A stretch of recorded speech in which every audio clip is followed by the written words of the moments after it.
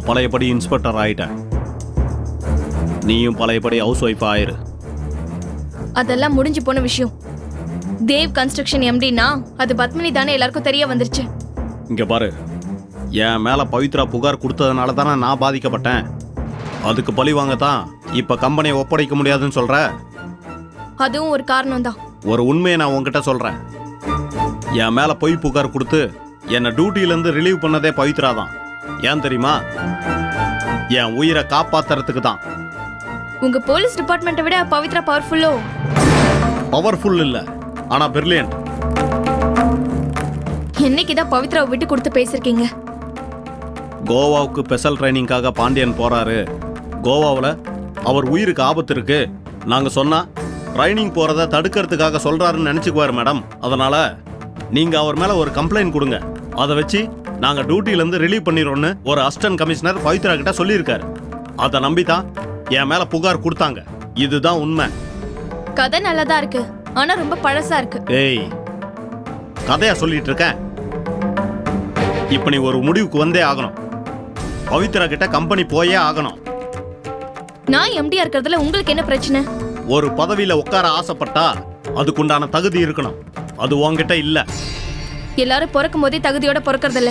என்னால கம்பெனியை நல்லபடியா நிர்வாகம் பண்ண முடியும்.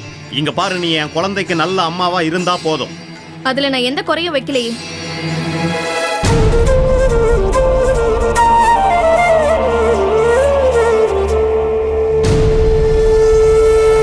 உனக்கு கம்பெனி வேணுமா இல்ல நான் வேணுமா? நீங்க வேணும்னு தான் நினைக்கிறேன். ஆனா நீங்க எப்படி நினைச்சிட்டு இருக்கீங்கன்னு தான் தெரியல. அப்படி நினைக்கிற மாதிரி எனக்கு தோணலையே. அம்மா, அண்ணனும் அண்ணியும் சண்டை போட்டுட்டு இருக்காங்க. அவங்க வேலையே சண்டை போடுறது தானே. என்னமோ புதுசா சொல்ற. போய் என்னன்னு கேட்டு சமாதானம் படுத்திட்டு வாமா.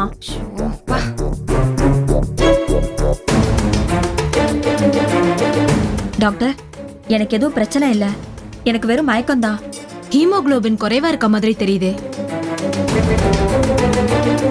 டாக்டர், எனக்கு ஒரு ஹெல்ப் பண்ண முடியுமா? என்ன? அப்பா, நீங்க போடுற சத்தம் ரூம் வரைக்கும் கேக்குது. நல்லவளா இருந்தா ஒரு தடவை சொன்னா புரியும். முதல்ல எனக்கு புரியுற மாதிரி சொல்லு. வழக்கமா பாடுற பல்லவியை தான் பாடுறாரு அத்தை.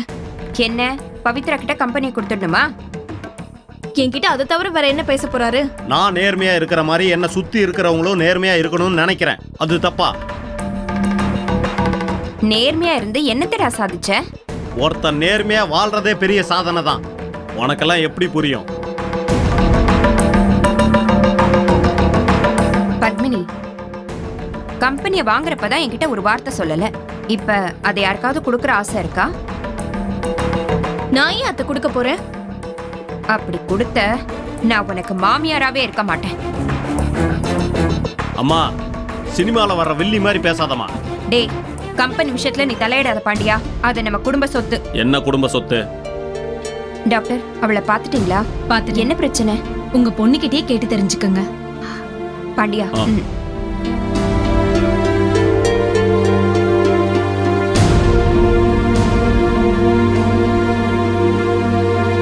ரொம்ப தேங்க்ஸ். It's okay.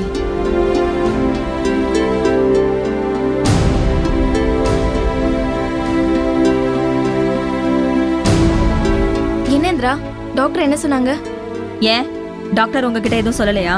உங்க மகக்கிட்டயே கேட்டுக்கங்கன்னு சொல்லிட்டு போயிட்டாங்க. அப்படி சொன்னாங்களா? அப்படின்னா நான் கர்ப்பமா இருக்கேன்.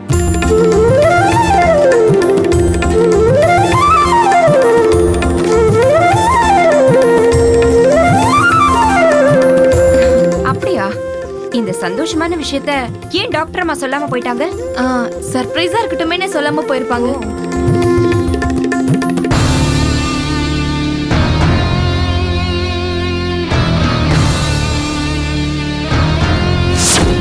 நீ மயக்கமானதே பொய் மாதிரி தெரியுது.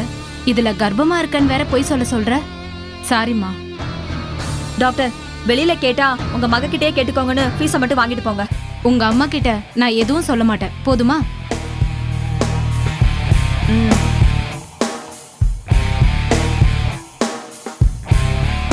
இங்க பாரு, ஒரு 3 மாசம் வரைக்கும் நீயே குழந்தை மாதிரி தான் இருக்கணும். நல்லா சாப்பிடணும், ஒழுங்கா தூங்கணும், வெயிட் எல்லாம் தூக்க கூடாது, சரியா? கர்ப்பம்னு சொன்னா சாப்பிட சாப்பிட வாந்தியா வரும், தலை சுத்தல் இருக்கும், புளிப்பா ஏதாவது சாப்பிடணும் போல இருக்கும். அந்த மாதிரி எந்த அறிகுறியும் இந்திரா கிட்ட இல்லையே. இப்ப என்ன, நான் வாந்தி எடுத்தாதான் நம்புவியா? நீ மயக்கமானதுனாலதான் நீ கர்ப்பம்னே தெரிய வந்தது, அதனாலதான் கேட்டேன். உன் சந்தேகம் நியாயம்தாம்மா. பாண்டியன் வயித்துல இருக்கிறப்போ எனக்கு எந்த தொல்லையும் இல்ல. ஆனா இவ வயித்துல இருக்கிறப்போ ஒழுங்கா சாப்பிடவே முடியல. தொண்டையில இறங்கின அடுத்த நிமிஷமே வாந்தி வந்துரும். தலை சுத்தல் 1 மாசம் வரைக்கும் இருந்துச்சு. அத்தை, வேணும்னா நம்ம வேற டாக்டர் கிட்ட கூட்டிட்டு போய் ஒரு தடவை செக் பண்ணி பாத்துடலாமா?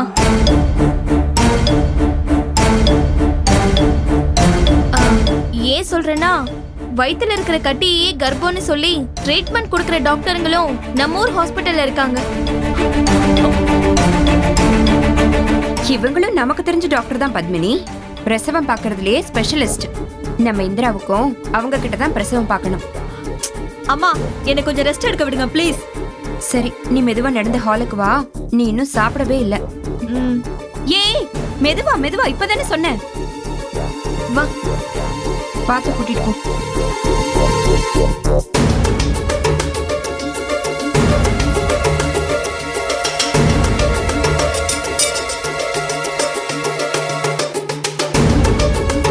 பொறுமையா போ, ஜாக்கிரதை, பார்த்து உட்கார். டேய் பாண்டியா, இனிமேலாவது இந்திராவை கரிச்சு கொட்டாம இரு. ஏன்? அவ கர்ப்பமா இருக்காடா.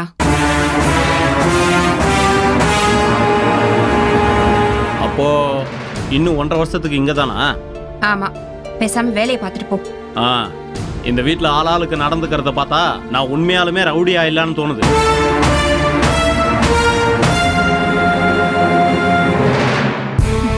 உங்களை திட்டுறதா இருந்தா நேரடியா திட்ட வேண்டியதானே? எதுக்கு ஜாடமாடியா என்ன பேசணும்? அத நீயே அவர்கிட்ட கேட்க வேண்டியதானே? அதெல்லாம் ஒண்ணும் வேண்டாம். இந்திரா, நீ தேவையில்லாம டென்ஷனை ஏத்திக்காத. வயித்துல இருக்கிற குழந்தைக்கு ஏதாவது பிரச்சனை ஆயிடும்.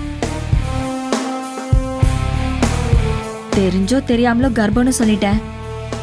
எப்படி கரெக்டா மெயின்டைன் பண்றதுன்னு தெரியலையே. எவ்வளவோ பண்ணியாச்சு, இத தெளிவா பண்ண மாட்டோமா?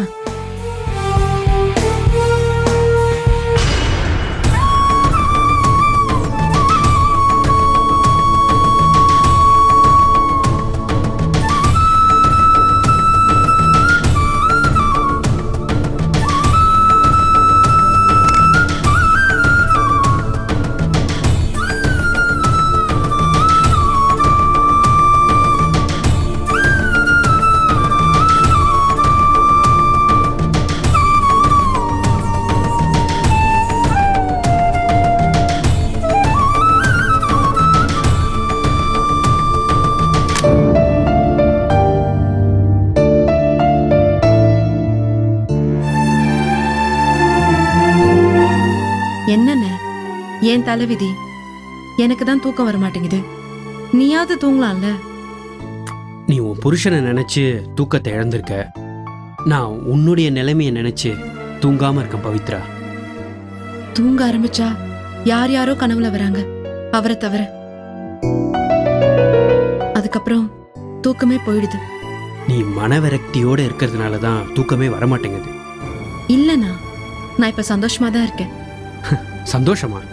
உன் புருஷனை பார்த்த சந்தோஷமா? ஆமா. பவித்ரா, கொஞ்சம் மெச்சூர்டா நடந்துக்கோமா. மகாதேவ் திரும்பி வர வாய்ப்பே இல்ல. அப்போ நான் பார்த்தது பொய்ன்னு சொல்றியா? நீ பார்த்தது உன் புருஷனே இல்லன்னு சொல்றேன். நீயும் மாமியார் மாதிரி பேச ஆரம்பிச்சிட்டலனா? என் மாமியார் இந்த மாதிரி விஷயங்கள்லாம் நம்பவே மாட்டாங்க. அதனாலதான் அவங்க மனசுல பட்டதை சொல்றாங்க. உன் மனசுல என்ன தோணுது? அட, என்ன விடுமா. நான் நீ என்ன செஞ்சாலும் உனக்கு துணையா இருப்பேன். அப்புறம் எதுக்குன்னு என் நம்பிக்கை கெடுக்கிற மாதிரியே பேசுற? நம்மள யாரும் கேலி பேசிடக்கூடாதுன்ற கவலையில தான் அப்படி பேசுற. பாண்டியன் சார் கூட மகாதேவ் மாதிரி ஒருத்தர் பார்த்தேன்னு தான் சொன்னாரு. தாடியோட அவரை பார்த்தா சட்டுன்னு எப்படி அடையாளம் தெரியும்? நீ மட்டும் அவரை பக்கத்துல நின்னு பாத்தியா? ஒரு 10-20 அடி தூரத்துல நான் பார்த்தேன். கத்தி கத்தி நான் அவரை கூப்பிட்டேன். ஆனா திரும்பி கூட பார்க்காம அவர் போயிட்டாரு. திரும்பி கூட பார்க்கலன்னா ஒன்று அவர் செவிடா இருக்கணும், இல்லை அவர் வேற ஒருத்தரா இருக்கணும். கண்டிப்பா மகாதேவா இருக்க வாய்ப்பே இல்லை. இல்லனா, நான் என் புருஷனை தான் பார்த்தேன். இது சத்தியம். சரிம்மா, இதுக்கு மேல அதை பத்தி பேச நான் விரும்பல. வேற ஏதாவது பேசுவோமா? இல்ல, என் புருஷனை பத்தி தான் பேசணும். இல்லாத ஒருத்தரை பத்தி அண்ணா, பேசி- அப்படி பேசாத. தயவு செஞ்சு அப்படி சொல்லாத.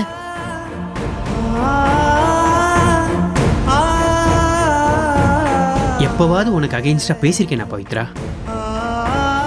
இந்த ஒரு விஷயத்துல மட்டும் நான் ஏன் இவ்வளவு தூரம் உனக்கு எதிராக பேசுறேன் தெரியுமா? இப்படியே பேசி பேசி உனக்கு புத்தி பேதலிச்சிடுமோன்ற பயம்தான்.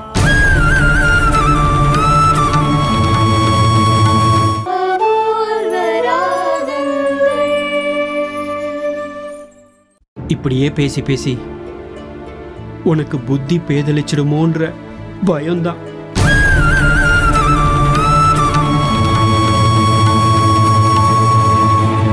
நான் உன் சந்தோஷத்துக்காக தாமா வாழுறேன். அந்த குருஜி தேவையில்லாம உன்னை குழப்பி விட்டாருமா. என் சந்தோஷத்துக்காக வாழறேன்னு சொல்றேன்ல, எனக்கு ஒரே ஒரு ஹெல்ப் மட்டும் பண்ண முடியுமாண்ணா? சொல்லுமா, என்னமா? அவரை எப்படி கண்டுபிடிக்கிறதுன்னு ஒரு ஐடியா மட்டும் கூடன்னு. ஐயோ கடவுளே, எதை பேசினாலும் சுத்தி சுத்தி அதுலயே வந்து நிக்கிறியேம்மா. என்னோட சிந்தனை எல்லாம் என் புருஷனை எப்படி கண்டுபிடிக்கிறதுல மட்டும்தான் இருக்கு. அண்ணா ப்ளீஸ்,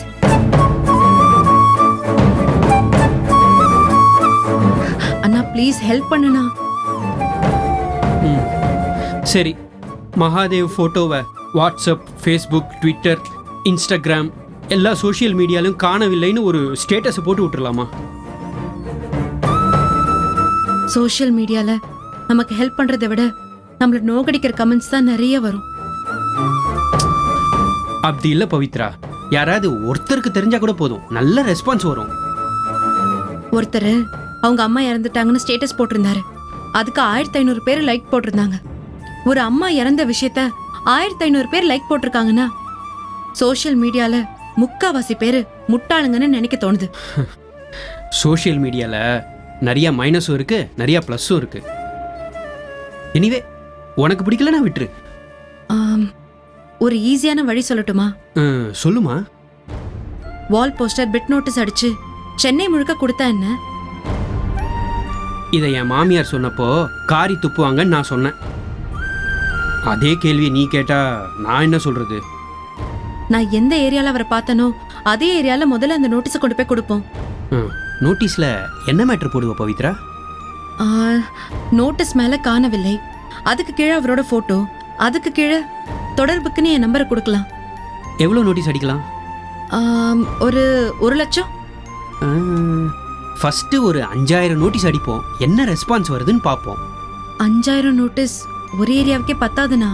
ஃபர்ஸ்ட் ஒரு ட்ரையல் பார்ப்போம் பவித்ரா. அப்ப காலையில வேலை பிரிண்டிங் பிரஸ்க்கு போறதுதான்.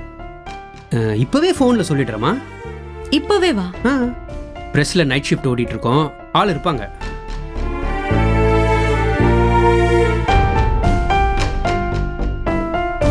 Hello printing press. ஹலோ, நான் தேவ் கன்ஸ்ட்ரக்ஷன்ல இருந்து அறிவு பேசுறேன். வணக்கம் சார், யாருக்காவது கண்ணீர் அஞ்சலி போஸ்ட் அடிக்கணுமா? வாய கழுவியா?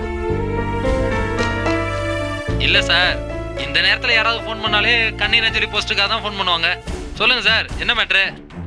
காணவில்லைன்னு ஒரு 5000 பிட் நோட்டீஸ் அடிக்கணும். அடிச்சிடலாம் சார். சம்பந்தப்பட்டவங்களோட போட்டோவோட காலையில 8 மணிக்கு பிரஸ்க்கு வந்துருங்க சார். சரி, ரொம்ப தேங்க்ஸ், வச்சிடறேன். Okay sir. காலையில 8 மணிக்கு வர சொல்லியிருக்காரு. ரொம்ப தேங்க்ஸ்ண்ணா. அப்புறம் இதை பத்தி வீட்டில் எதுவும் சொல்ல வேண்டாம். பேசினா என்னதான் பைத்தியக்காரங்க சொல்லுவாங்க. போய் படு. ம்.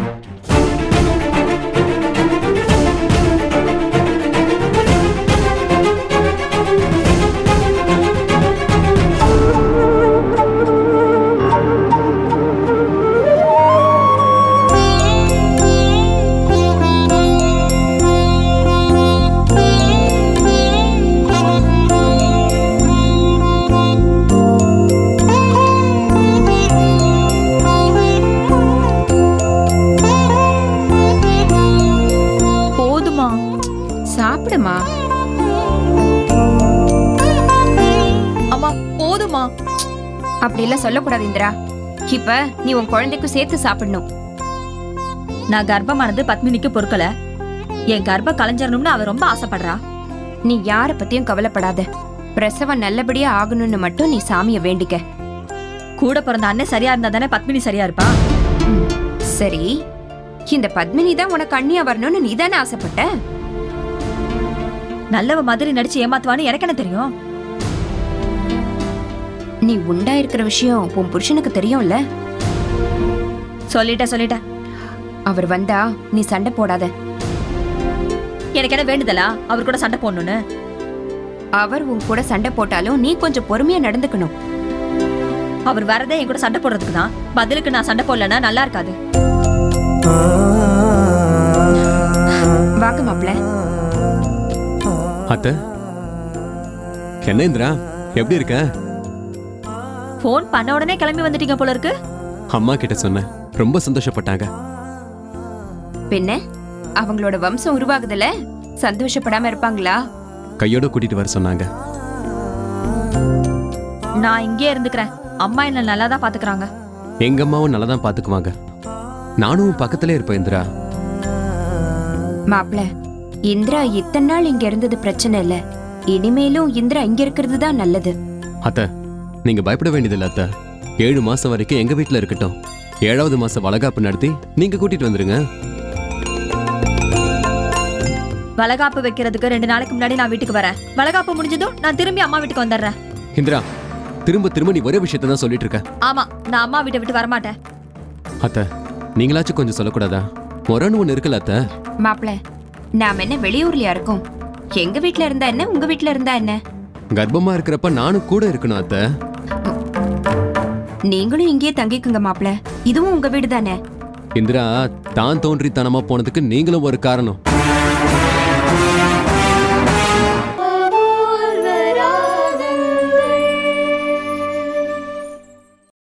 இந்திரா, தான் தோன்றித்தனமா போனதுக்கு நீங்களும் ஒரு காரணம். இந்திரா கூட சண்டை போடக்கூடாதுன்னு என் கூட சண்டை போடுறீங்களா? நீங்க இந்திராவுக்கு புத்தி சொல்லி அனுப்புவீங்கன்னு பார்த்தா எனக்கெல்லாம் போதுமான அளவுக்கு புத்தி இருக்கு. இந்திரா, உன் புத்தி சரியில்லைன்னு சொல்ல வந்தேன். சரி மாப்ள, பேச்ச விடுங்க. பிரசவம் ஆகிற வரைக்கும் நீங்க கொஞ்சம் பாசமா இருங்க. நான் பாசம் இல்லாதவனா? உங்க மக கிட்ட அது இல்லாததுனால்தான் டைவர்ஸ் நோட்டீஸ் கொடுக்க வேண்டியதா போயிடுச்சு. இப்ப இந்திரா கர்ப்பமானதுனால அது செல்லாம போயிடுச்சு. அது எப்படி செல்லாம போகும்? உங்க குழந்தைய இந்திரா சுமந்துகிட்டு இருக்கா. அந்த குழந்தைக்காகவாவது நீங்க இந்திரா கூட வாழ்ந்துதான் ஆகணும். சட்டம் தெரியாம தயவு செஞ்சு பேசாதீங்க. நீங்களே உங்க மக வாழ்க்கையை கெடுத்துருவீங்க போல. எந்த தாயும் அப்படி நினைக்க மாட்டேன் மாப்ள. நீங்க அப்படி நினைக்கிறீங்கன்னு சொன்னானா? சரி, உங்களுக்கு டைவர்ஸ் பண்ற எண்ணம்லாம் இருக்கா? அது இதுக்கு மேல நீ நடந்துக்கிறத பொறுத்து இருக்கு. இப்ப அவ கர்ப்பமா இருக்கா. வாரிசு உருவானதுக்கு அப்புறம் அபசகுணமா பேசுறது நல்லாவா இருக்கு மாப்ள? என் கூட அனுப்பி வைங்க. எனக்கு தெரிஞ்ச டாக்டர் இருக்காங்க, நல்லா பாத்துக்குவாங்க. இந்திராவை செக்அப் பண்ண டாக்டர் அம்மாவும் எங்களுக்கு ரொம்ப வேண்டியவங்க தான். 2 வீடு தள்ளி தான் குடியிருக்காங்க. இந்திராவை அவங்க பொண்ணு மாதிரி பாத்துப்பாங்க. சரி, அப்ப குழந்தை பிறந்த பிறகாவது அனுப்பி வைக்கிறீங்களா? அது வரைக்கும் அப்ப இங்க வந்து என்ன பாத்துட்டு போக மாட்டீங்களா? நான் தேவையில்லைன்னு நீ சொல்றப்ப நான் மானம் கெட்டு போய் இங்க வரணுமா? மாமியார் வீட்டுக்கு வர்றதுல உங்களுக்கு என்ன மான பிரச்சனை? என் கூட குடும்பம் நடத்த அனுப்பி வைக்க மாட்டீங்க, நான் மட்டும் இங்க என்ன மாப்பிள்ளைன்னு வரணுமா?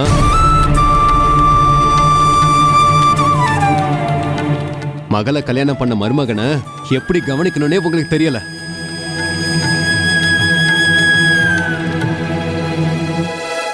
நீங்க ஒரு நல்ல அம்மாவா இருந்திருந்தா இந்திரா காலேஜ் படிக்கும் போதே கெட்டு போயிருக்க மாட்டா. நான் கெட்டு போயிட்டேனா? என்ன சந்தேகப்படுறீங்களா? புத்தி கெட்டு போயிட்டேன்னு சொன்னேன். இல்ல, நீங்க என்னோட ஒழுக்கத்தை பத்தி தான் சொன்னீங்க. ஹை, என்ன டிராமா பண்றியா? எதையாவது தப்பா சொல்லி அதே காரணமா வச்சு இங்கே செட்டில் ஆயிடலான்னு பாக்குறியா? மாப்பிள்ள, நீங்களும் அவசரப்பட்டு அப்படி சொல்லிருக்க கூடாதுல்ல. தப்பா சொன்னா? காலேஜ் படிக்கும் போதே கெட்டு போயிட்டான்னு சொன்னது தப்பா? புத்தி கெட்டு போயிட்டான்னு சொன்னா அது தப்பு இல்ல. ஆனா நான் தப்பா எதுவும் சொல்லல. அப்போ இன்னும் பழச மறக்காம தான் இருக்கீங்க. மறக்க முடியுமா? நான் உன்னை மன்னிச்சாலும் என்கிட்ட மறைச்சத நான் சாகுற வரைக்கும் மறக்க முடியாது. கடவுளே, 2 பேரும் இந்த பேச்சை விடுங்க. வேற ஏதாவது பேசுங்களேன். நீங்க 2 பேரும் என்ன பேச வச்சிட்டீங்க. மன்னிச்சிருங்க மாப்பிள்ள. தயவு செஞ்சு இந்திராவோட மனசு கோணாம நடந்துக்கங்க. சரி, நான் என்ன பண்ணணும்? உங்க வாரிசு நல்லபடியா வளரணும், சுகப்பிரசவம் இவளுக்கு நடக்கணும். நீங்க இந்திரா கூட இருக்கிறது தான் நல்லது. என்ன புருஷனா மதிச்சாதானே நான் இங்க இருக்க முடியும். நான் அப்படிதான் நினைக்கிறேன். நீங்க தான். ஆமா, எல்லா தப்பையும் நான் தான் செய்யறேன். நான் தான் குற்றவாளி. இப்படி யாராவது ஒருத்தர் பணிஞ்சு போயிட்டா குடும்பத்துல எந்த பிரச்சனையும் வராது மாப்பிள. அதுக்கு நீங்க ஆடு மாடுக்கு தான் உங்க பொண்ணை கல்யாணம் பண்ணி கொடுத்துருக்கணும். இப்ப மட்டும் என்னவா? ஹேய், என்ன நக்கலா? இவ்வளவு நடந்ததுக்கு அப்புறமும் நான் வந்து உன்னை பாக்குறேன்ல, என்ன சொல்லணும்? மாப்பிள, நீங்களும் எனக்கு ஒரு மகன் மாதிரிதான். உங்க மனசை நோகடிச்சிருந்தா எங்களை மன்னிச்சிருங்க. ஏ இந்திரா, மாப்பிளைய உள்ள கூட்டிட்டு போ. அவர்தான் என்ன? அவருக்கு உரிமை இருக்கு. உன்னை தப்பா பேசினதுனால நீ ஒன்னும் குறைஞ்சு போயிட மாட்ட. இந்திரா, இப்படி நீ பிடிவாதம் பிடிச்சா உன்னை மாத்துறது கஷ்டம். நீ உன் அம்மா வீட்லயே இருந்துக்க. நம்ம குழந்தைய நல்லபடியா பெத்துக்கொடு. மாப்பிள, உங்க அம்மா கிட்ட பக்குவமா பேசி எப்படியாவது சமாதானப்படுத்துங்க. சரிங்க அத்தை. இந்திரா, எனக்கு ரொம்ப பசிக்குது, கொஞ்சம் சாப்பாடு எடுத்து வை.